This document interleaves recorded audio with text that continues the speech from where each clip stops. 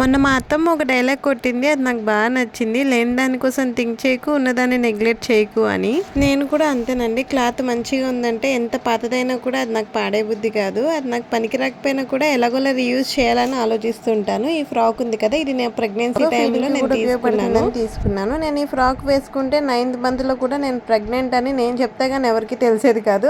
అంత లావుగా ఉండేదాన్ని. అయినా కూడా డెలివరీ అయినాక చాలా రోజులు వేసుకున్నాను ఈ ఫ్రాక్ని. కానీ డ్రెస్ వేసుకున్నప్పుడల్లా మా ఆయన డ్రెస్ వేసుకోకు, చాలా లావుగా కనిపిస్తున్నావు అనేవాళ్ళు. హస్బెండ్ ఒక్క మాట అంటే చాలా ఫీల్ అయిపోతూ ఉంటాం కదా మనం. కానీ నేనేం చేయను, ఈ డ్రెస్ పడేద్దాము, ఎవరికైనా ఇచ్చేద్దాం అంటే నా 2 బేబీల డెలివరీస్ ఈ ఫ్రాక్ వేసుకునే అయింది. అందుకే నేను ఇది రియూజ్ చేశాను. అంటే వేరే కలర్ ఉంది అనుకోకండి, సేమ్ ఫ్రాక్స్ 2 ఉన్నాయి. అందులో ఒక ఫ్రాక్ని అయితే ఇలా మార్చాను, ఇంకో ఫ్రాక్ అలానే ఉంది.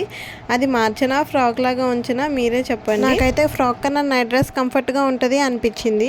చూడ్డానికి కూడా మరి అంత లావుగా కనిపించాం. టాప్ షార్ట్గా కాకుండా లాంగ్గా పెట్టుకోవడం వల్ల బయటికి కూడా కంఫర్ట్గా వేసుకెళ్ళగలుగుతామండి. అలానే నేను దీనికి పాకెట్ కూడా పెట్టాను చూడండి. ప్యాంట్ వచ్చి సెమీ ప్లాజో 3/4 హ్యాండ్స్ ఇచ్చాను.